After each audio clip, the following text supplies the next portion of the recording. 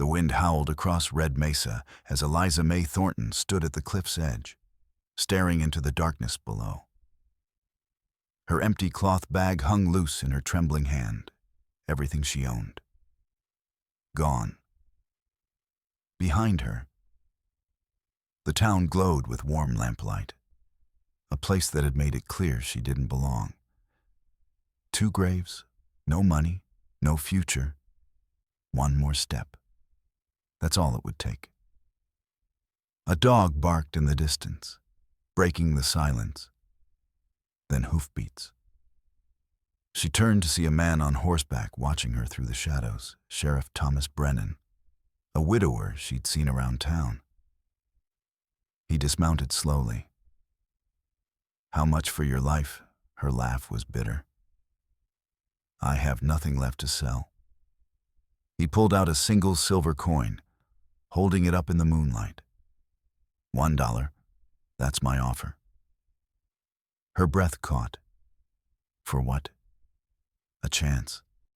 Leave a like and share your thoughts in the comments, along with the city you're watching from. While let's continue with the story. 6 months earlier, Eliza had been a different woman.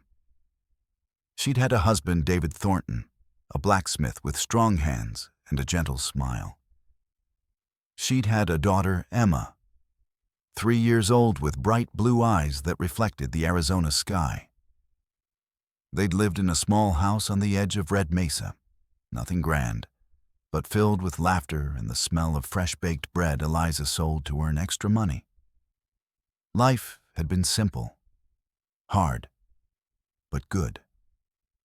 Then came that summer day when everything shattered. David had loaded Emma into the wagon to fetch medicine for Eliza's fever. The road down the mountain pass was treacherous. Everyone knew that. But it was midday. Clear weather. What could go wrong? Everything. Eliza had been home, waiting by the window, when she heard the knock. Sheriff Wade Carter stood on her porch, hat in his trembling hands, unable to meet her eyes. She didn't need words. The way he looked at her, that mixture of pity and horror, told her everything. The wagon had lost a wheel, gone over the edge, both of them. Gone. She'd buried her husband and daughter side by side under the cottonwood tree at the town cemetery. She hadn't cried at the funeral. Couldn't. The grief was too enormous, too suffocating. It lived in her chest like a stone, pressing down until she could barely breathe. Then came the second blow. David had debts, gambling debts she'd never known about. $180 owed to men who didn't care that he was dead. The bank came 2 weeks after the funeral and took the house. Took everything inside it. Even the rocking chair David had carved when Emma was born. Eliza had nowhere to go. The church took her in at first. Pastor Hutchins had been kind, in his way. But kindness had limits. After 3 months, the whispers started. A widow with no family, no money, no prospects, she was a burden. Bad luck personified. Women crossed the street to avoid her. Shopkeepers refused to hire her, claiming they couldn't afford charity or that her presence might curse their businesses. She'd overheard the conversation that final night at the church. 5 men gathered in the pastor's study, discussing her fate like she was livestock at auction. $20, $15, $10. Each bid lower than the last, each one treating her like property to be purchased and put to use. She'd run. Run until her legs gave out. Until she found herself standing at the cliff where desperate people went to end their stories. The same cliff where, years ago, a heartbroken farmer had jumped. Where a widow with no hope had stepped off into nothing. She'd come here to join them, until a man on a horse offered her something nobody else had in months. A choice. Sheriff Thomas Brennan had been riding patrol when he spotted the figure on Red Mesa Cliff. At first, he'd thought it was a coyote or perhaps a trick of moonlight. But as he drew closer, he recognized the silhouette, the same woman he'd been watching around town for weeks now. Eliza May Thornton, the widow everyone had decided wasn't worth saving. He'd seen her many times in the past months, watched her pick up fallen kernels of corn outside the general store, wiping them clean and tucking them into her pocket, seen her share her last piece of bread with a stray dog, even though her own stomach was clearly empty, observed her sitting by two small graves, not crying, just staring into nothing with a hollowness that made his chest ache. Tom knew that look. He wore it himself most days. He dismounted slowly, careful not to startle her. One wrong move, and she might jump before he could reach her. "Mom," he said quietly, keeping his distance. "It's a cold night to be up here alone." Eliza didn't turn around. "Go away, Sheriff. This doesn't concern you." "Can't do that. It's my job to protect people in this town. I'm not part of this town. They made that clear." Her voice was flat, emotionless, dead already in all the ways that mattered. Tom took a careful step closer. "You're right. They did. And they were wrong." That made her turn. Even in the darkness, he could see the exhaustion carved into her face. The defeat. "What do you want? To make you an offer?" She laughed bitterly. "I heard about the offers. $20 to scrub floors at the boarding house. $15 to cook for a man twice my age. $10 to know my place and keep quiet. I know what men want from desperate women. Sheriff, I'm not those men." Tom pulled the silver dollar from his vest pocket. It caught the moonlight, the lucky coin his wife Catherine had left behind. "I need someone to help with my children. $1 a week, room and board included, that's all." Eliza stared at the coin, then at him. "Why would you hire someone the entire town considers worthless?" Tom met her eyes. "Because I know what it's like to be worthless in your own estimation. My wife died 2 years ago. Left me with 5 children I don't know how to raise properly. I'm a sheriff who can't even keep his own family safe. So maybe we're both worth less than we should be. But maybe together, we're worth trying." The wind picked up, pushing against them both. Eliza swayed slightly, and Tom's heart lurched. But she stepped back from the edge, not forward. $1, she repeated softly. "That's all I'm worth to you. That's all I have left after paying debts this week. If I had more, I'd offer more. But I'm asking anyway, because my children need someone, and you need somewhere to go. It's not charity.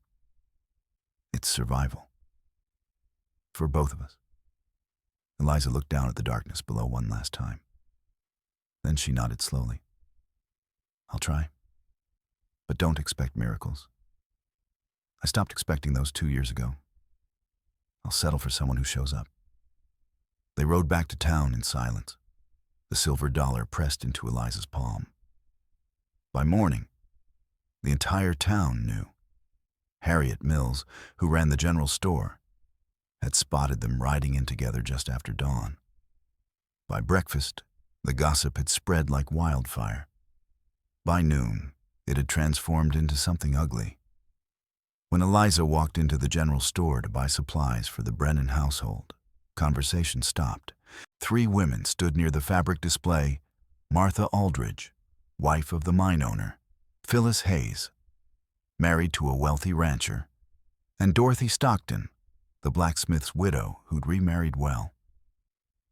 They didn't bother lowering their voices. $1, Martha said, loud enough for everyone to hear. That's what he's paying her. $1 a week. Can you imagine? I offered 20.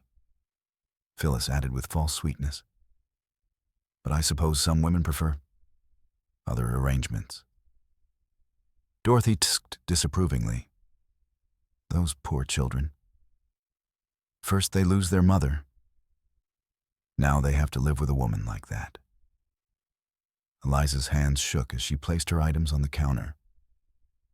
Tom had given her the silver dollar for supplies and the same coin he'd offered her life for.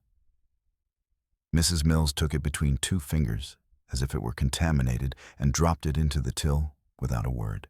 Thank you, Eliza managed, gathering her purchases. No change, Mrs. Mills said flatly, though there should have been 30 cents. Consider it. Payment for past charity. Eliza opened her mouth to protest, then closed it. What was the point? She turned to leave, but Martha stepped into her path. We're watching you, the woman said softly, venom in every word. One wrong move with those children, one hint of impropriety, and we'll make sure the sheriff loses more than just his reputation. Eliza pushed past her and stepped outside, only to find Tom waiting by his horse. His jaw was tight. He'd heard everything through the open door. Don't let them break you, he said quietly. Not before you even start. On the ride up to his house on the hill, Tom finally broke the silence. There's something you should know. I'm in debt. The bank loaned money for medical care before my wife died. $247. I make $30 a month as sheriff. But after feeding 5 children, there's barely $5 left to pay it down. Eliza absorbed this. How long do you have? They gave me 60 days. After that, they take the house. Then why hire me? Why not save the money? Tom's hands tightened on the reins. Because some things are worth more than houses. My children are dying inside. Miss Thornton, not their bodies, their hearts, and I don't know how to reach them anymore. I'd rather lose the house than watch them fade away. He pulled the silver dollar from his pocket again and pressed it back into her hand. This was my wife's lucky coin. She left it behind when she died. I've kept it for 2 years, too afraid to spend it, too guilty to throw it away. Now I'm giving it to you, not as payment, as a promise. You're not worthless, not to me, not to them, even if they don't know it yet. Eliza clutched the warm metal, feeling its weight.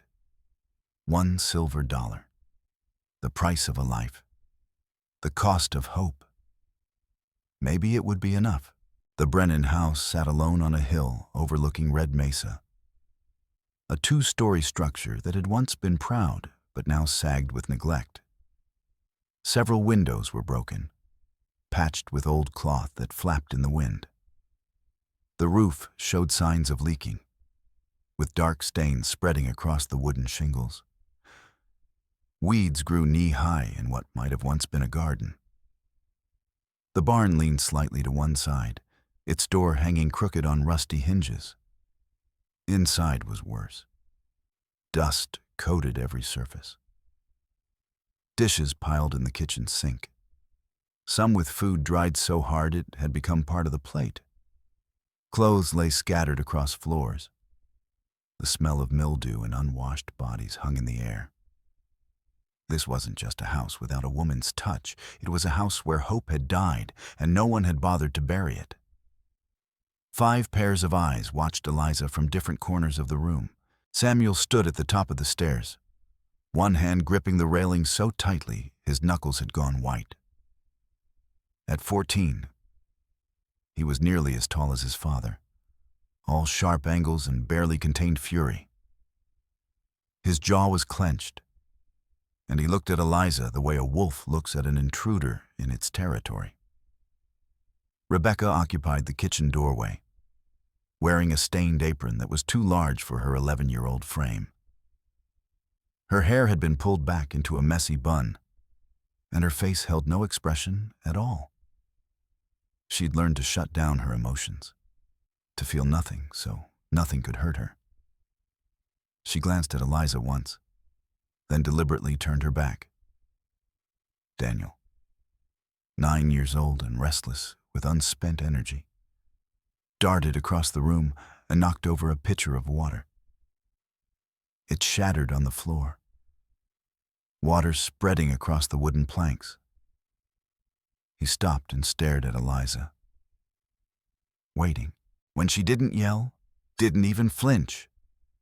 Something like disappointment flickered across his face. Sarah watched from behind a half-closed bedroom door, only one blue eye visible in the crack. She clutched a rag doll with half its stuffing missing, her tiny frame trembling. When Eliza smiled gently at her, the door slammed shut. 4-year-old Jesse clung to his father's leg, thumb planted firmly in his mouth. When Tom tried to set him down, the little boy began to whimper, his eyes fixed on Eliza with undisguised fear. "Children," Tom said, his voice weary. "This is Miss Eliza. She's here to help us."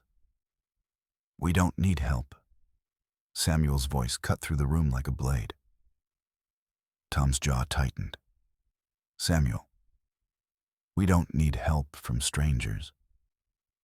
The boy's emphasis on the last word made it an insult. Tom looked like he wanted to argue, but Eliza gently touched his arm. "It's all right. They don't know me yet." "That's fair." She'd prepared a simple dinner: potatoes, beans, and some salt pork she'd purchased with Tom's dollar. The family gathered around the table in heavy silence. Samuel stared at his plate, then deliberately pushed it away. "I'm not hungry." "Sam, that's enough," Tom warned. "I said I'm not hungry." The boy stood, his chair scraping loudly against the floor. "I can't eat food made by someone who—" He stopped himself, but the unspoken words hung in the air. Someone who was bought. Someone who doesn't belong. Rebecca ate mechanically, her eyes focused on nothing. Daniel took one bite, made a face, and spat it back onto his plate.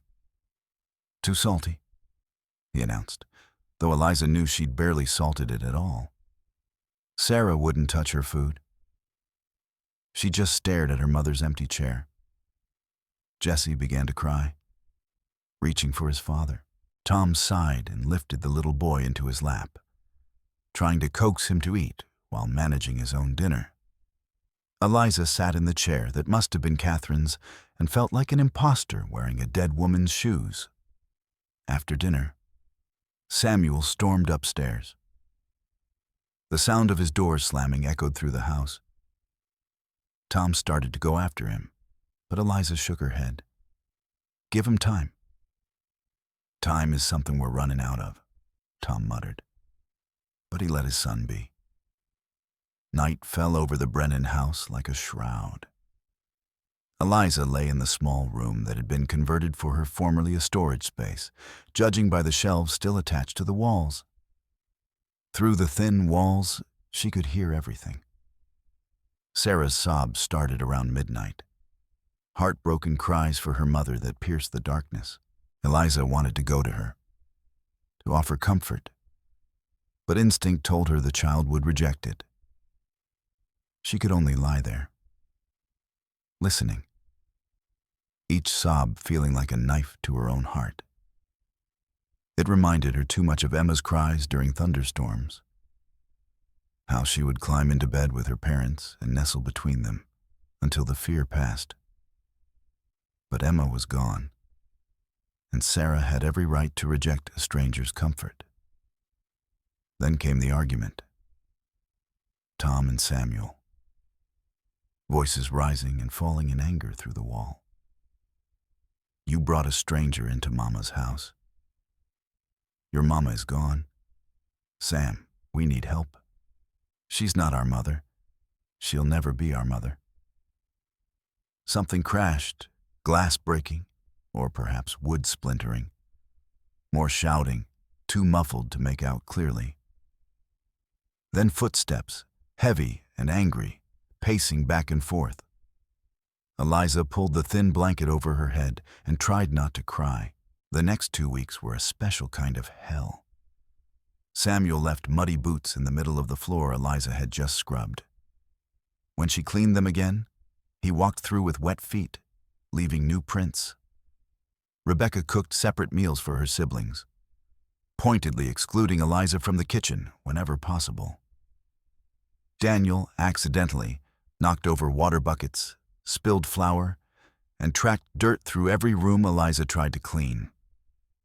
Sarah cried whenever Eliza came near.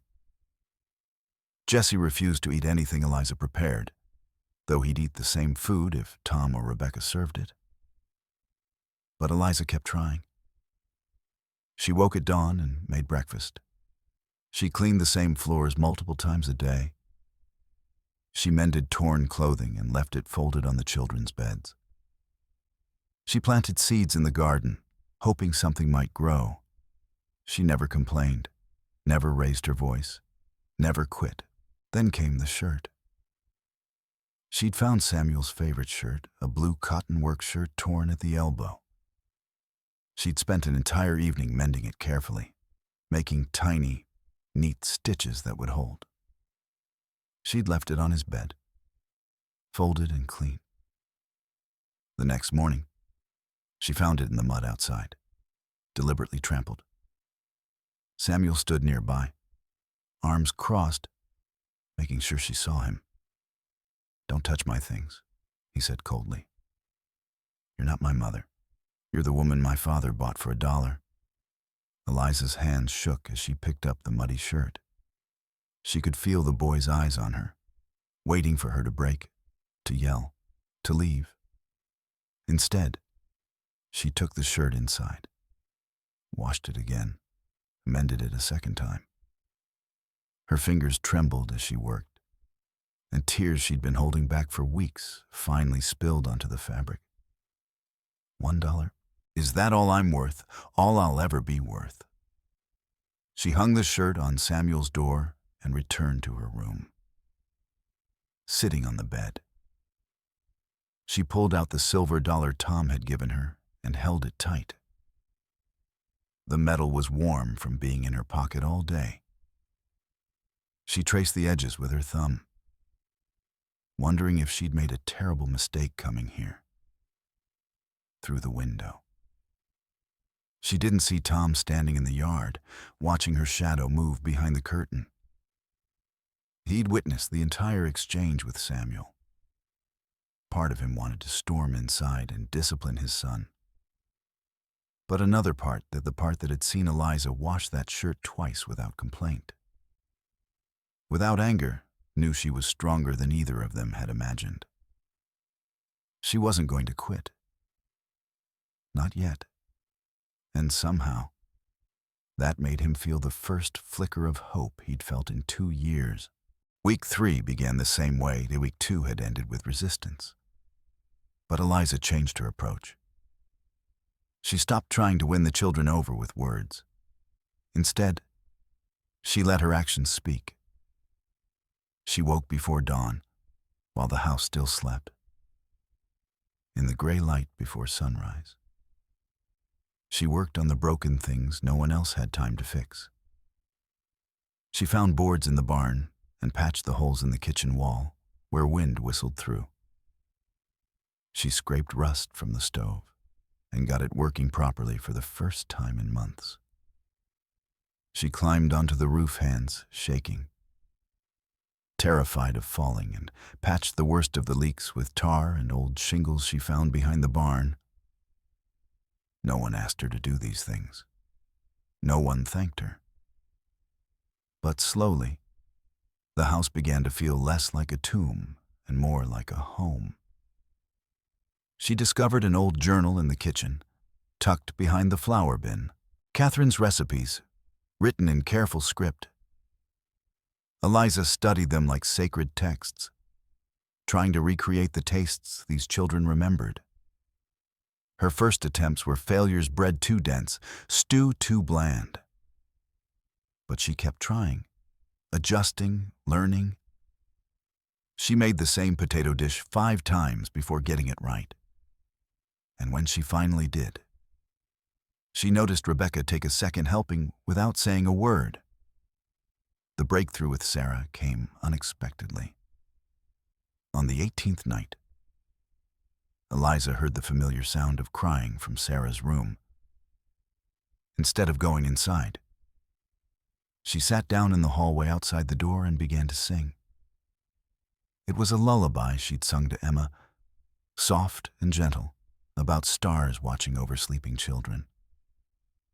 Her voice cracked with emotion, but she kept singing. The crying didn't stop immediately, but after a few minutes, it quieted. Eliza heard small footsteps approaching the door. The handle turned slowly, and the door opened just a crack. Sarah's face appeared in the gap, tear-stained and exhausted. They looked at each other across the threshold. Eliza didn't reach for her, didn't speak, didn't move. She just kept singing softly, giving the child space to decide. Sarah stood there for a long moment, then slowly sank down to sit inside her doorway. Eliza remained in the hall. They sat like that, a door between them, while Eliza sang until the little girl's breathing deepened into sleep. It became their ritual. Every night, Eliza sat outside Sarah's door and sang, every night. Sarah opened the door a little wider. By the end of the week, the door stayed open all night. Daniel presented a different challenge. The 9-year-old seemed determined to break things, to cause chaos, to force attention onto himself. One afternoon, Eliza found him in the barn, trying unsuccessfully to fix a broken chair, the one Tom usually sat in at dinner. "You're doing it wrong," Daniel said, his voice defensive. Eliza looked at the chair, then at the boy. "Show me the right way." He blinked, surprised. "What?"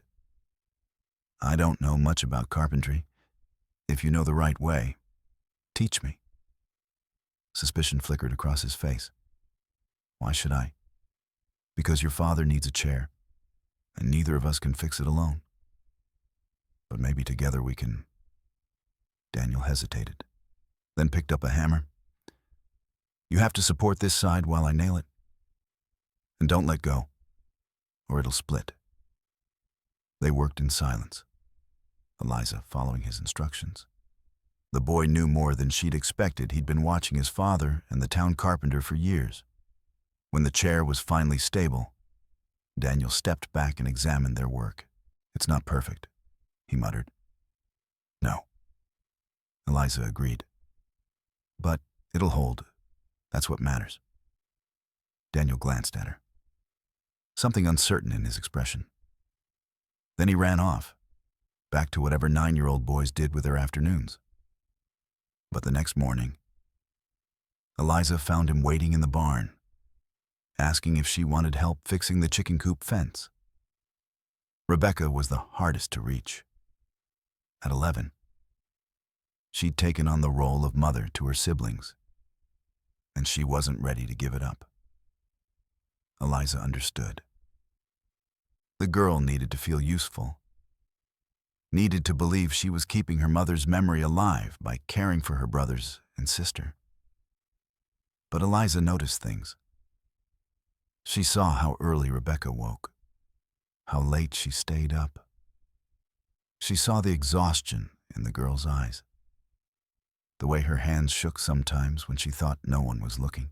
Rebecca was drowning, trying to be an adult when she was still a child herself. One morning, Eliza found Rebecca crying quietly in the kitchen at 5 in the morning, staring at a pot of burned oatmeal. I can't do anything right, the girl whispered. Mama never burned the oatmeal. Eliza sat down beside her. I burned it 3 times last week. Nobody's perfect, Becky. Don't call me that. Only Mama called me that. All right, Rebecca. Eliza paused. Would you teach me how your mother made biscuits? I found her recipe. But mine never turn out right. Rebecca looked up, suspicious. Why? Because you knew her. You watched her. And I think together, we might figure it out. For the first time. Rebecca didn't refuse Eliza's help. They worked side by side.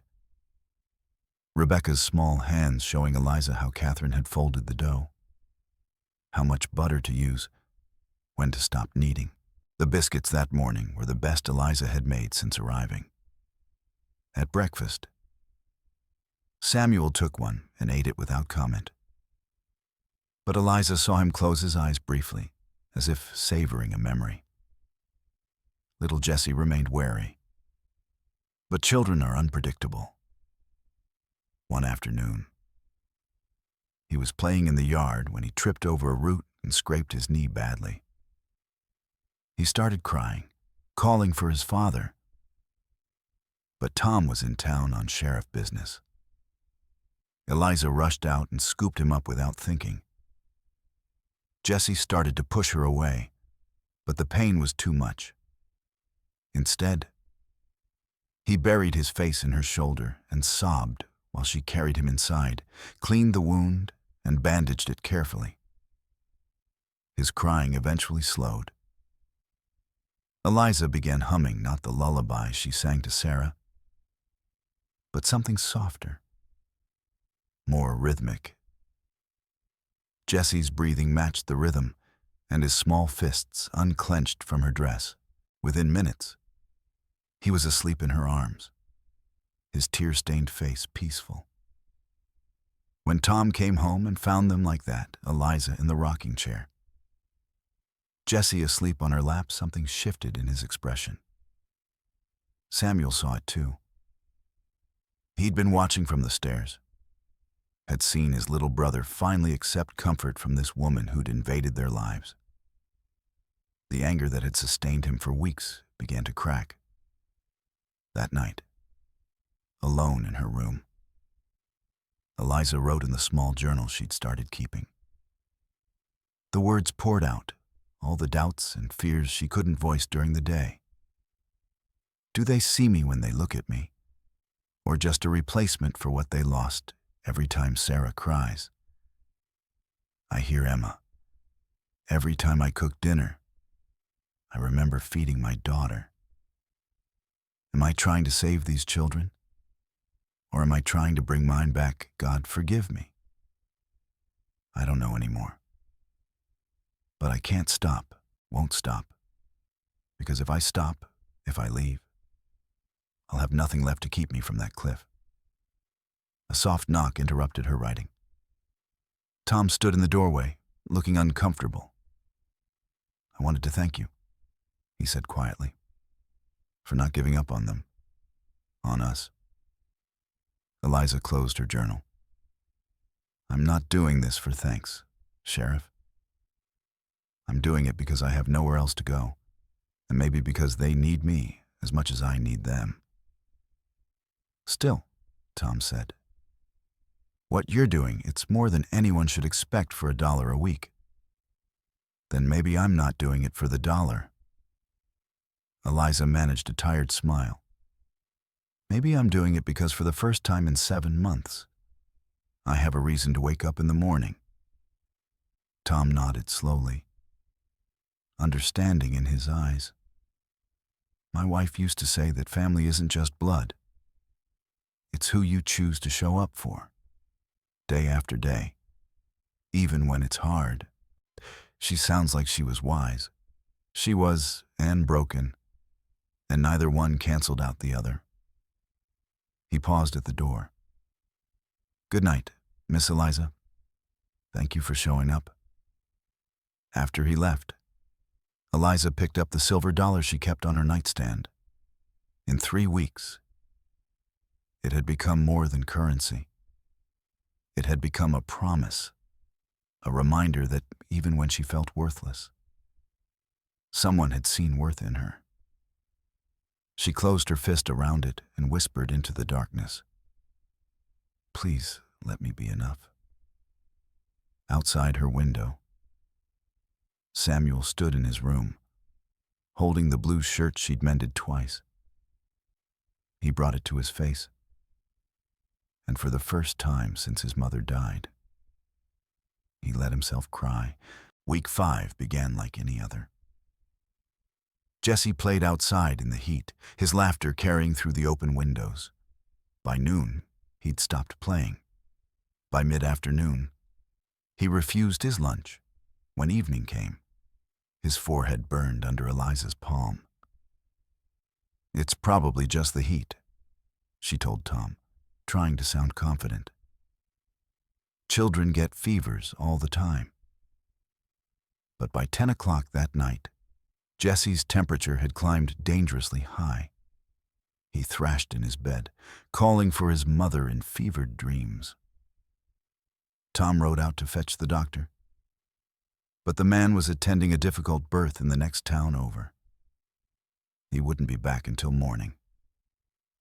Tom returned empty-handed and found Eliza already at work, sponging Jesse's burning skin with cool water. The other children had gathered in the doorway, their faces pale with fear. Tom pulled Eliza into the hallway. His face was ashen. "There's something you need to know. Jesse has a weak heart, born with it." The doctor said, his voice broke. He said the boy could die any time, that we should prepare ourselves. Eliza felt the floor tilt beneath her feet. "Why didn't you tell me?" "Because I didn't want you treating him like he was dying. I wanted him to have a normal life." For however long, Tom couldn't finish the sentence.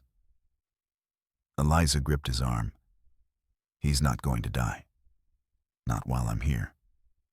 She returned to Jesse's bedside and didn't leave it for the next 24 hours. She kept him cool, forced water between his lips 1 spoonful at a time, sang to him when he cried out. Her back ached from bending over him. Her eyes burned from lack of sleep. But she didn't stop. The doctor arrived late the next morning, his face grim after examining Jesse. Harold Whitmore had delivered all 5 Brennan children and had watched Catherine fade away. He had no patience left for false hope. "Infection, combined with his weak heart," he announced. "If the fever doesn't break within 3 days, prepare for the worst." He left a small bottle of medicine. "That'll be $5. Tom's face went white. "I don't have $5. "Then I can't do more than this." The doctor packed his bag and headed for the door. "I'm sorry, Sheriff. Sometimes prayers are all that's left." After he left, the house fell into a terrible silence. Sarah was the first to break it. She climbed into Eliza's lap, something she'd never done before, and whispered, "Is Jesse going to die like Mama?" Eliza wrapped her arms around the trembling child. "Not if I can help it, sweetheart. Not if I can help it." Rebecca stood frozen in the kitchen doorway. "What do you need me to do?" The question nearly broke Eliza's composure. For the first time, Rebecca was asking her for help. "Fresh water from the well, every hour. Can you manage that?" "Yes, ma'am." Daniel ran back and forth with clean cloths, his usual restlessness transformed into purpose. Even Samuel came down from his room and stood in the corner, watching his baby brother struggle to breathe. By afternoon, Jesse's condition worsened. His temperature climbed to 104 degrees. His small body convulsed with seizures. Eliza held him through each one, her own body shaking with fear and exhaustion, but her hands steady. Night fell. Tom tried to convince Eliza to rest, but she refused. Becky brought her food she couldn't eat. The children took turns keeping vigil, none of them willing to go to bed while their brother fought for his life. Jesse's pulse grew weaker. His lips took on a bluish tinge. Eliza pressed her fingers to his tiny wrist and counted the heartbeats slower than they should be, irregular and faint. As dawn broke on the second day, Eliza made a decision. "There's a man who lives near the mountain," she said to Tom. "People say he knows herbs, healing plants." Tom's expression darkened. "You mean Neshoba, the Apache, Eliza? White people don't go to him. It's not safe." "Then I'll be the first." She stood, her legs stiff from sitting so long. "The doctor's medicine isn't working. Jesse needs more than what we have. He won't help you. He doesn't trust our kind." "Then I'll beg." Eliza's voice was steel. "I'm not watching this child die when there might be something, anything, that could save him." She left Rebecca in charge of cooling Jesse's fever and rode out alone. The journey up the mountain took 2 hours, following directions from townsfolk who'd seen smoke from Neshoba's camp. She found him beside a clear stream, an old man with weathered copper skin and silver-white hair, sorting through bundles of dried plants. Eliza dismounted and, without hesitation, dropped to her knees. "Please, a child is dying. The doctor says there's no hope, but I can't accept that. I won't." Neshoba studied her with eyes that seemed to see through flesh and bone into the soul beneath.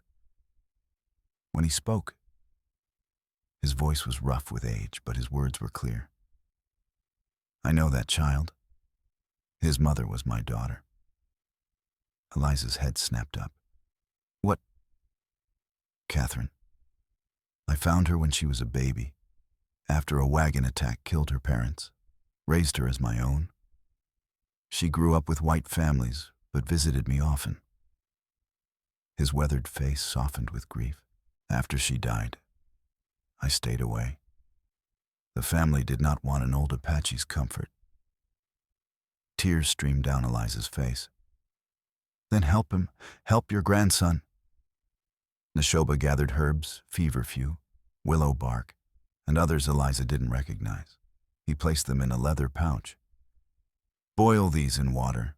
Give him 1 cup every 4 hours, for the fever and for the heart." He pressed a second, smaller pouch into her hands. "This one is for when he wakes. Tell him his grandfather watches over him. Tell him his mother's father has not forgotten." Eliza clutched the pouches to her chest. "Why help me? You don't know me. Your heart is good, white woman. You love children, not your own. That is a rare thing." He touched her shoulder briefly. "Go now. Time is short." The ride back felt endless. When Eliza burst through the door, Tom's face told her things had gotten worse. Jesse's breathing was shallow, his skin cold and clammy. His pulse was barely there. Eliza brewed the herbs exactly as Neshoba had instructed, the sharp scent filling the kitchen. She cooled the liquid and lifted Jesse's head, coaxing the medicine between his pale lips. Most of it dribbled out, but she persisted, patient and determined, until he'd swallowed enough. Then she waited. 1 hour passed, 2, 3. The fever remained. Jesse's breathing grew more labored. At 5 in the morning, Eliza's strength finally gave out. She sank to her knees beside the bed, still holding Jesse's small, cold hand. "Please," she whispered, no longer sure if she was praying to God or to Catherine or to anyone who might be listening. Don't take him. Not this one. I can't lose another child. Please. Her tears fell onto the blanket, behind her. She heard Samuel move, but she was too exhausted to care. Let him see her break. Let them all see. She had nothing left to hide behind. 6 o'clock came with the first light of dawn, and then, impossibly, Jesse's eyelids fluttered. His fever had broken, his breathing steadied, his lips, which had been blue, slowly returned to pink. He opened his eyes and looked directly at Eliza. "You smell like Mama's cookies," he whispered, his voice hoarse but present. Eliza gathered him into her arms and sobbed into his hair, around her. She heard the other children crying too, Rebecca and Sarah and Danny all rushing forward to touch their brother, to confirm he was real and alive and here. Tom stood in the doorway, one hand pressed to his mouth, tears streaming down his face. Samuel remained in the corner, but his face had transformed. He'd watched this woman spend 3 days refusing to let death take his brother. He'd seen her ride alone into danger for his family. He'd witnessed her break down and beg for a life that wasn't even hers by blood. That evening, after Jesse had eaten and been settled back to sleep, Samuel found Eliza on the porch. She was staring at nothing, too drained to move. He sat down beside her. The silence stretched between them, but it wasn't hostile anymore. It was simply two people who'd survived something terrible together. "Thank you," Samuel finally said, his voice cracking. "For saving him. I couldn't let him die. Why, we've been horrible to you. I've been horrible to you." Eliza looked at him. This boy becoming man who carried so much guilt. "Because I know what it's like to lose someone you love. And I wouldn't wish that pain on anyone." Samuel's hands clenched into fists. "I'm sorry. For everything. For the shirt. For the words. For hating you. You didn't hate me. Samuel, you hated that I wasn't your mother. I understand that. You're not my mother." Samuel agreed quietly. "But maybe you could be something else. Maybe you could be family." Eliza placed her hand over his. "I'd like that." Inside the house, Tom watched them through the window and allowed himself to hope. Week 6 brought a fragile peace to the Brennan household. Jesse recovered slowly, spending his days in bed with his siblings, taking turns reading to him. Sarah had found her voice and used it constantly, chattering to anyone who would listen. Daniel helped Eliza with repairs around the house without being asked. Rebecca taught her how to fold sheets the way Catherine had, and they worked side by side without tension. Samuel smiled occasionally. Not often, but enough to remind everyone that he was still 14 years old beneath the weight he carried. For the first time since Eliza arrived, the family ate dinner together without silence, without anger, without the ghost of Catherine sitting between them. They talked about their days, made plans to fix the barn door, discussed which seeds to plant in the garden. Jesse sat on Eliza's lap, content and safe, while she helped him eat. Tom watched it all from the head of the table, and something in his expression had shifted. He no longer looked at Eliza as the desperate solution to an impossible problem. He looked at her the way a drowning man looks at solid ground, with gratitude, with relief, with something deeper he wasn't quite ready to name. One evening, after the children had gone to bed, he found Eliza on the porch mending one of Daniel's torn shirts. "I don't know what we did before you came," he said quietly. Eliza's needle paused. "You survived." "No, we existed. There's a difference. Now we're living again." She met his eyes and saw more than gratitude there. Saw the beginning of something that made her heart race and terrified her in equal measure. She'd come here broken, convinced she'd never feel anything but grief again. But sitting beside this man who'd offered her $1 and a chance, she felt the first stirrings of hope that maybe, somehow, she could have more than just survival. The moment shattered with a harsh knock at the door. Tom opened it to find Edmund Carver, the bank manager, flanked by 2 large men Eliza recognized as the Dalton brothers' hired muscle from the next county. Carver's thin face held no sympathy, only cold efficiency. "Sheriff Brennan, my 60 days are up. You owe $247. Pay now or vacate by noon tomorrow." Tom's face went pale. "I need more time. Please, Carver. My son was sick. Medical costs. I don't care if the boy was dying." Carver glanced past Tom into the house, where Jesse sat on the floor playing with wooden blocks. "Business is business. You signed the papers. You knew the terms." The children had gathered in the hallway, their faces reflecting the same terror Eliza felt rising in her chest. They'd just found stability, just learned to be a family again. And now it was being ripped away. "Please." Tom tried again, his voice desperate. "Just another month. I can get the money." "You've had months, Sheriff. Tomorrow at noon. Be gone or be removed by force." Carver turned to leave, then paused. "I'd suggest you start packing." The door closed behind him. For a long moment, nobody moved. Then Sarah began to cry.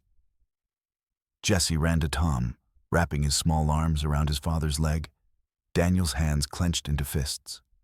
Rebecca stood frozen, and Samuel's face went carefully blank, the mask he wore when things were too painful to process. Tom sank into a chair and put his head in his hands. "I'm sorry. I'm so sorry." Eliza's mind raced. $247. Tom had maybe $12 saved. No time to borrow money, even if anyone would lend to a man about to lose his house. No time to sell anything of value, because they had nothing of value. Except she did. That night, while the house slept fitfully, Eliza pulled out the small wooden box she kept hidden beneath her bed. Inside was the last thing she owned from her old life, her mother's ring, gold, with a small diamond, and engraved on the inside, "To my daughter, with endless love." Her mother had given it to her on her wedding day. It had survived the accident that killed David and Emma. It had survived 7 months of poverty and desperation. It was the only physical connection she had left to the woman who'd raised her, who'd taught her to be strong, who'd loved her unconditionally. It was also worth about $300. Eliza closed her fist around it, feeling the familiar weight. Then she put it in her pocket and waited for dawn. The next morning, she told Tom she needed to go into town for supplies. He was too distraught to question her. She rode alone to Pierce Hamilton's jewelry shop, a small establishment tucked between the general store and the telegraph office. Hamilton was a kind man in his 60s who'd known Eliza's husband. When she placed the ring on his counter, his expression turned sorrowful. "Eliza, are you sure about this?" "How much?" He examined it carefully. "It's worth at least $300. I could give you $275. I need $247. Today." Hamilton studied her face, understanding dawning. "The Brennan place. Please. They'll lose their home at noon." He nodded slowly. "I'll give you $250. That's a fair price." and you'll have a bit extra for... The door opened. Marcus Aldridge stepped inside, his expensive boots clicking on the wooden floor. The mine owner who'd offered $20 to purchase Eliza-like property 6 weeks ago. His eyes went from Eliza to the ring on the counter. "I'll buy it," he said abruptly. $250. Cash. Now. Eliza stiffened. "Why would you help me?" Aldridge pulled out a leather wallet thick with bills. "I'm not helping you. I'm buying gold." But his eyes told a different story. He counted out the money and pushed it across the counter to Hamilton, then picked up the ring. For a moment, he held it up to the light, examining it. Then he looked at Eliza. "What you did for that boy sitting up 3 days straight, riding alone to find Neshoba, refusing to let death take him." He paused. "I was wrong about you. We all were. You're not what I thought. What did you think? That you were desperate trash? But trash doesn't sacrifice itself for other people's children." He placed the ring in a small velvet box Hamilton provided. "I'll keep this safe. Maybe someday, when your circumstances improve, you can buy it back. I'll hold it for you at this price." Eliza's throat tightened. "Thank you." "Don't thank me. Just keep being the kind of woman who proves men like me wrong." He tipped his hat and left.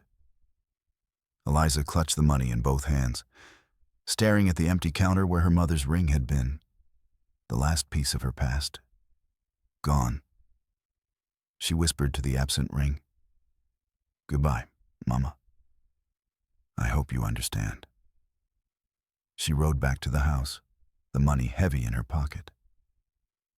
Tom was in the yard, helping Samuel load their belongings onto a wagon. His face looked 10 years older than it had yesterday. "Tom." He turned, and she held out the money. His eyes went wide. "Where did you get this?" "It doesn't matter." But he'd already noticed her bare finger, the pale line where the ring had been. His face crumpled. "No, Eliza, no. That was all you had left?" "No." Her voice was firm. "This family is all I have now. Gold can be replaced. Family cannot." Tom Brennan, the man who'd faced down outlaws, who'd kept his composure through his wife's death, who'd shouldered the weight of 5 children alone, fell to his knees. He grabbed Eliza's hands and pressed them to his forehead. And for the first time since Catherine died, he wept. "I don't deserve this. We don't deserve you." Eliza knelt beside him, her own tears flowing. "You gave me a reason to live when I had none. You paid $1 for someone the world had thrown away. This is the least I can do." Behind them, 5 children stood in the doorway. They'd heard everything. Samuel was the first to move, crossing the yard and wrapping his arms around both adults. Then Becky, then Danny and Sarah together, then Jesse toddling over to bury himself in the center of the group. They knelt there in the dirt, 7 people holding each other, crying together, bound not by blood, but by something stronger, by choice, by sacrifice, by love that had been tested and proven true. Carver never came at noon. Tom rode into town and paid the debt in full, with $3 left over. When he returned, he found Eliza in the kitchen. And without a word, he pulled her into an embrace that said everything words couldn't. The house was saved. But more importantly, the family was whole 3 days after the debt was paid. Tom woke before dawn with tension carved into his features. He stood at the window staring at the horizon, his jaw tight, shoulders rigid, The other children felt it too, an invisible weight pressing down on the house, making it hard to breathe. It was the anniversary. 2 years since Catherine had died. Samuel had been quiet all week, but today his silence felt different, dangerous. He barely touched his breakfast, his eyes distant and unfocused. Several times, Eliza caught him staring out the window toward Red Mesa, toward the cliff where desperate souls went when the world became unbearable. She knew that look. She'd worn it herself. "Tom," she said quietly while the children were occupied. "Something's wrong with Samuel. It's the anniversary. He's always like this." "No, this is different." Eliza gripped his arm. "He's saying goodbye." Understanding flashed across Tom's face, followed by stark terror. "What do you mean?" "I know that look. I wore it the night you found me. He's planning something." They searched the house. Samuel's room was empty. On his bed lay a crumpled piece of paper, the words written in shaky handwriting. "I'm sorry. I should have saved her. Now I go to her." Eliza's blood turned to ice. "Red Mesa. He's at the cliff." Tom grabbed his rifle and they ran for the horses. The ride up the mountain felt endless, every second stretching into eternity. Eliza's heart hammered against her ribs. Not Samuel. Please, not Samuel. Not after everything. They found him standing on the edge, exactly where Eliza had stood 7 weeks ago. The same rock, the same terrible drop into darkness. The wind whipped around him, pulling at his clothes as if trying to drag him over. "Sam." Tom's voice cracked with fear. "Don't." The boy didn't turn. "I can't do this anymore. Pa, I killed her." "You didn't kill anyone." "I came home late that day. If I'd been there, if I'd been a better son, maybe she wouldn't have." His voice broke. Eliza dismounted slowly, her movements careful and deliberate. She didn't shout, didn't run. She simply walked forward and sat down on the ground about 6 feet from Samuel. Close enough to reach, but far enough to not threaten. "Samuel, look at me." He turned slightly, his face ravaged by tears. "I stood here once," Eliza said quietly. 7 weeks ago. Right where you're standing now, ready to jump." Samuel's eyes widened. "What?" "Your father found me, offered me $1. I thought it was an insult, but he was giving me a reason to keep breathing." She paused, letting him absorb that. "I lost my daughter too. Emma, she was 3 years old. I didn't know. Same accident that killed my husband. For months, I blamed myself. If I hadn't been sick that day, they wouldn't have gone to town. If I'd been a better mother, a better wife, maybe God wouldn't have taken them from me." Her voice shook. "I carried that guilt until it became heavier than my body could hold. That's why I came here." Samuel's hands trembled. The wind pushed against him. And for a heart-stopping moment, Eliza thought he might fall. But standing here, ready to die, I realized something. She continued. "Dying doesn't erase the guilt. It just passes the pain to everyone who loves you. Your father would blame himself. Becky would think she failed you. The little ones would lose another person they need. You wouldn't be joining your mother. Sam, you'd be destroying what's left of your family. But it's my fault."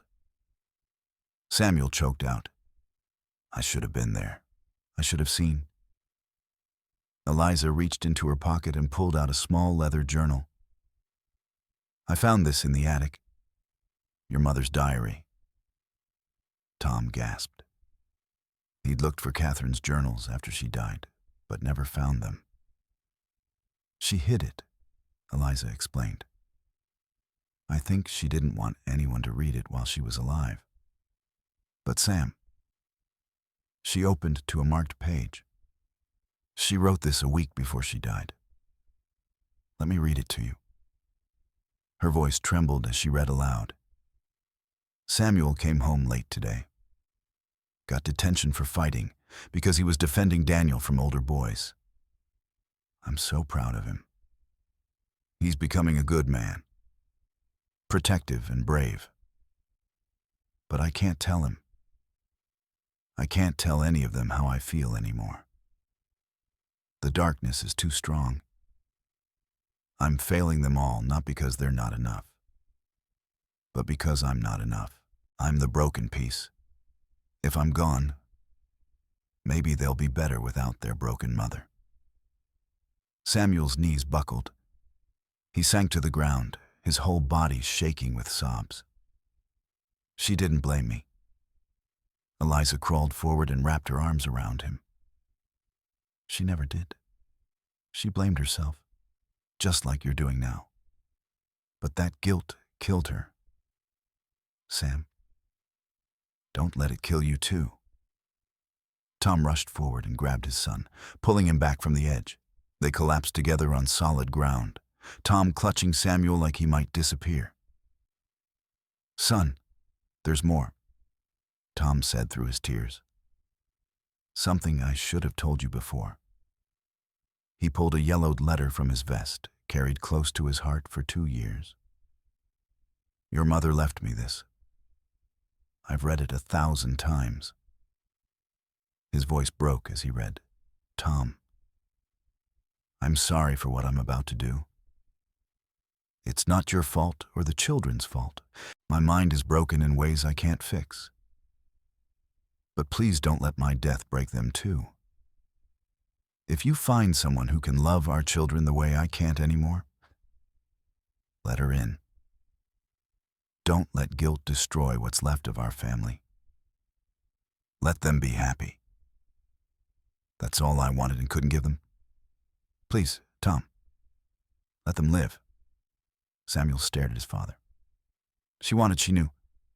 She wanted you to be happy, Tom said. She wanted all of you to heal. And he looked at Eliza. I didn't just find Eliza by chance. I watched her for weeks. Saw how she treated the stray dog even when she was starving. Saw how she sat by her daughter's grave and then smiled at children walking past. Saw someone broken who still had kindness left. Eliza's breath caught. You knew before that night. Your mother told me to find someone who could love you. Tom said to Samuel, and I found someone who already knew how to love through pain. Someone strong enough to save you when I couldn't. Understanding dawned in Samuel's eyes. You brought her here because Mama asked you to. Your mother couldn't fight the darkness in her own mind. But she fought to make sure you'd have light after she was gone. Tom's voice was fierce. She gave me permission to let someone else love you. And Eliza earned that love every single day. Flashbacks flickered through Samuel's mind, fragments of memories he'd tried to bury. His mother sitting alone in her room, staring at nothing. The way she'd flinch when touched. How her smiles never reached her eyes in those final months. The morning he'd found his father pale and shaking, refusing to let any of them see what was in the barn. I never got to say goodbye. Samuel whispered. I never told her I loved her that morning. I was angry about getting detention and I left. And when I came home, she was gone. Eliza held his face in her hands. You can say it now. She's listening. I believe that, wherever she is, she hears you. Samuel looked up at the vast Arizona sky, cloudless and infinite. Tears streamed down his face as he spoke to the mother he'd lost. "Mama, I'm sorry. I'm sorry I wasn't there. I'm sorry I didn't understand you were sick. I love you. I'll always love you." His voice grew stronger. "And I'll be okay. We'll all be okay. I promise." The wind shifted, blowing warm instead of cold. A hawk circled overhead, its cry piercing and clear. Samuel watched it soar, and something in his chest, something that had been clenched tight for 2 years, finally loosened. "She would have liked Eliza," he said softly. "Mama would have wanted someone like her." Tom nodded, his arm around his son's shoulders. "I think she sent her to us." They sat there for a long time. 3 people on a cliff where death had called, but life had answered. Eventually, they rode back down the mountain together. Samuel sat straighter in his saddle than he had in months, his eyes clear, his shoulders unburdened. That evening, the whole family gathered in the small cemetery where Catherine was buried. For the first time since her death, they could stand there without drowning in grief. Samuel placed wildflowers on the grave. "Thank you, Mama," he whispered, "for Eliza, for giving us permission to be happy again." Eliza stood slightly apart, not wanting to intrude on their goodbye. But Sarah reached back and grabbed her hand, pulling her into the circle. They stood together, 6 living souls, honoring one who'd loved them enough to set them free. As the sun set over Red Mesa, painting the sky in shades of gold and crimson, Eliza finally understood what the silver dollar had really meant. It wasn't payment, it was a promise. A covenant between a dying woman and a broken stranger, mediated by a desperate man who'd been brave enough to believe in second chances. Catherine had given her more than a job. She'd given her a family to heal and be healed by. And somehow, impossibly, it had worked. The week following Samuel's rescue brought a transformation to the Brennan household that felt almost miraculous. For the first time in what felt like years, laughter filled the rooms. Real laughter, not the forced kind that people use to cover pain. Breakfast became a chaotic, joyful affair. Sarah chattered constantly, making up elaborate stories about her doll's adventures. Jessie climbed into Eliza's lap without hesitation, stealing bites of her toast while she pretended not to notice. Daniel told terrible jokes that made everyone groan, but also smile. Rebecca actually laughed a sound so rare and precious that everyone stopped to listen when it happened. Samuel had changed most of all. The anger that had sustained him for 2 years had burned away on that cliff, leaving behind the 14-year-old boy he'd forgotten how to be. He talked about the future again, about learning to be a blacksmith, about fixing up the barn, about normal things that normal teenagers worried about. One evening, he found Eliza mending socks by lamplight and sat down beside her. "Thank you," he said simply, "for not letting me make the worst mistake of my life. You would have done the same for me." "I don't know. I was pretty awful to you." Eliza set down her mending. "You were protecting your mother's memory the only way you knew how. That's not awful, Samuel. That's love." He nodded slowly, then surprised her by hugging her brief and awkward the way teenage boys hug. "But genuine. I'm glad Pa found you. I'm glad you stayed." The town's attitude shifted as well. Word had spread about what Eliza had done, selling her last possession to save the Brennan home, sitting vigil for 3 days to save Jessie, riding alone to find Neshoba. The same women who'd whispered cruel things in the general store now greeted her with careful respect. Harriet Mills, the store owner, actually apologized. "I judged you unfairly," she said, her hands twisting in her apron. "What you did for that family, for this whole town. Really, it showed us what Christian charity actually looks like. I'm ashamed of how we treated you." Eliza accepted the apology with grace. People fear what they don't understand. I understand that. The biggest surprise came when Pastor Hutchins visited the house. The man who'd allowed other men to bid on Eliza like livestock stood on the porch, hat in hand, looking genuinely remorseful. "I failed you," he said simply. "I failed to protect someone who needed protection. I let money and social pressure override basic human decency. I'm sorry. Miss Thornton, can you forgive me?" Eliza had every right to refuse. But she thought of Catherine's letter, of second chances, of the family she'd gained by accepting Tom's offer. "We all fall short sometimes, Pastor. Yes, I forgive you." The most meaningful visit came a week later when Neshoba appeared at the door.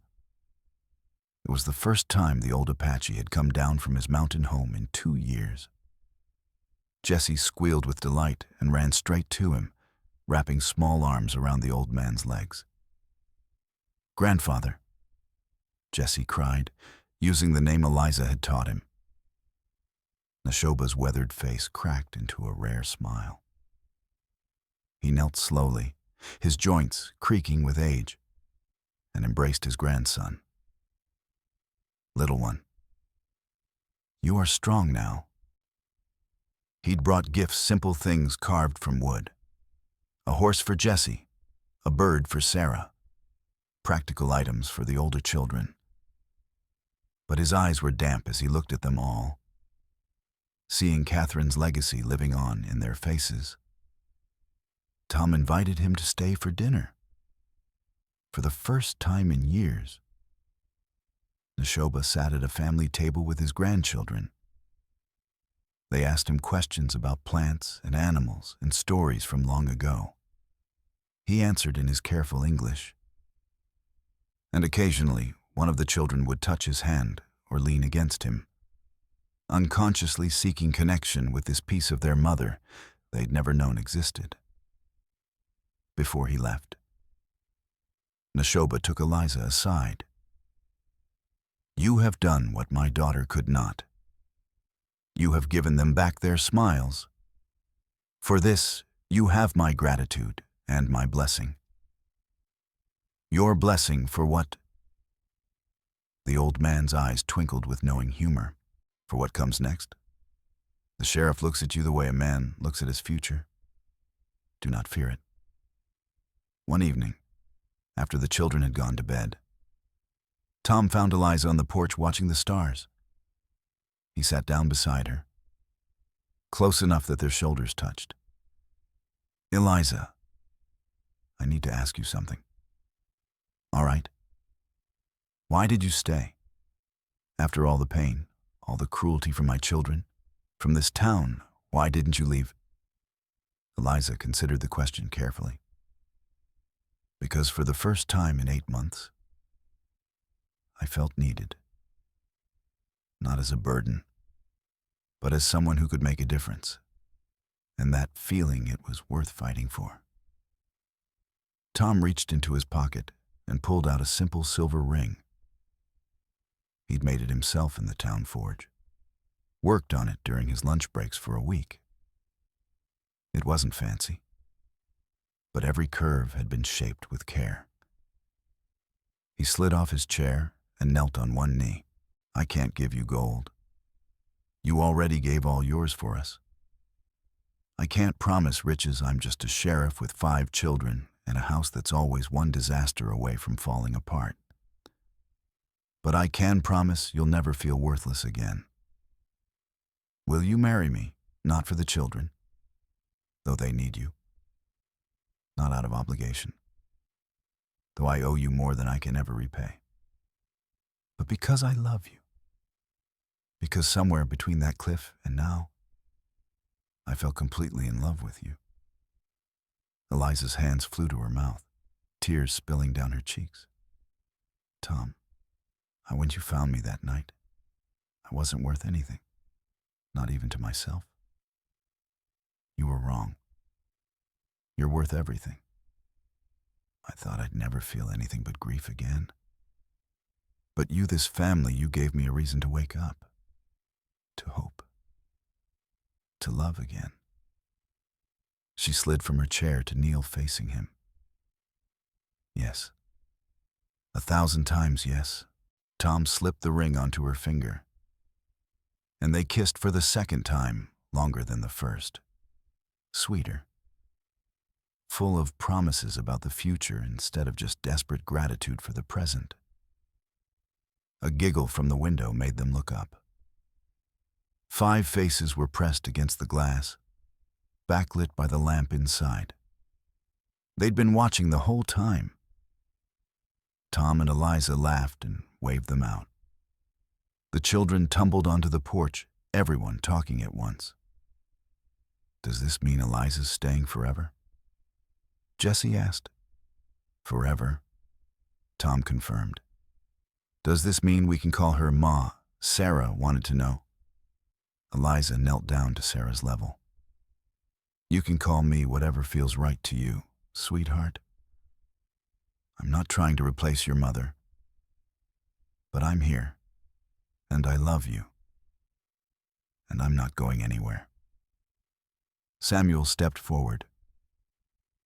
In that case, he paused, the word clearly difficult, but necessary. Welcome to the family, Ma. The wedding took place 3 months later on a golden autumn day.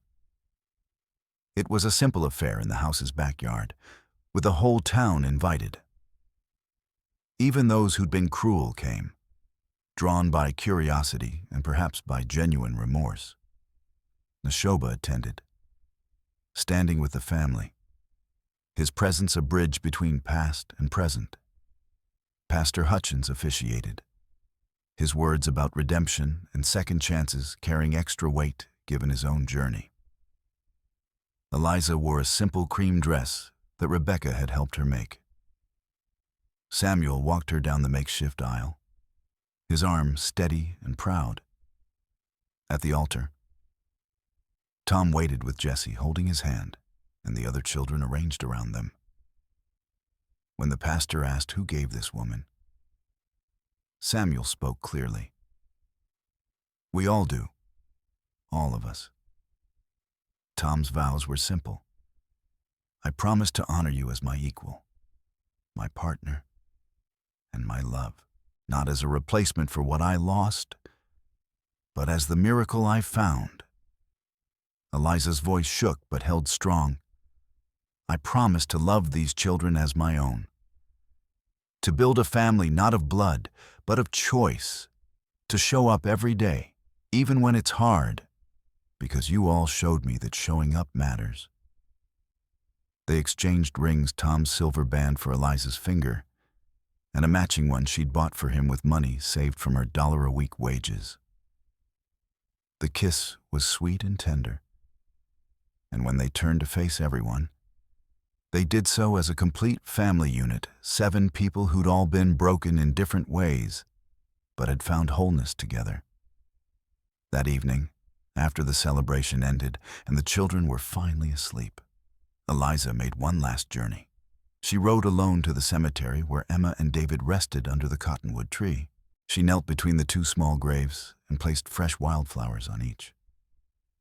I found them, she whispered. A new family. I hope you understand. I'll never forget you, either of you. You'll always be my first love, my first baby. But I can't stop living, and I don't think you'd want me to. The wind rustled through the cottonwood leaves, a sound like gentle approval. Eliza pressed her hand to the earth above Emma's grave. Thank you for the 3 years we had. Thank you for teaching me how to love. I'm using those lessons now, loving 5 more children who needed someone. I hope that makes you proud. She stood slowly, wiping her tears. In the distance, she could see the Brennan house on the hill, lights glowing in the windows. Her house now, her family. She mounted her horse and rode toward it, toward the sound of home, friends. This story began with a woman standing on a cliff, convinced she was worth nothing. The town agreed. They decided her value at auction $20, $15, $10, until one man offered a single silver coin and called it enough. But here's what Eliza taught us. Your worth isn't determined by what others are willing to pay. It's revealed by what you're willing to give when you have nothing left. How many of us have stood on our own cliffs, maybe not literal ones, but those dark moments when grief or loss or loneliness whispers that our best days are behind us, that we're burdens rather than blessings. Eliza heard those same lies. She'd lost everything: her child, her husband, her home, her purpose. The world had written her off as worthless. Yet she became the miracle a broken family desperately needed. Not because she was perfect, but because she showed up day after day. Through cruelty and rejection, she chose love over bitterness. She proved that the greatest treasures aren't bought with gold, but given freely through sacrifice. Her story reminds us that it's never too late for a second chapter, that families are built through choice as much as blood, and that sometimes the people who need saving end up saving us right back. Have you ever felt worthless, but discovered your worth through helping others? What would you do if someone offered you a single dollar and a chance to start over? Share your thoughts below. Your story matters, and someone here needs to hear it.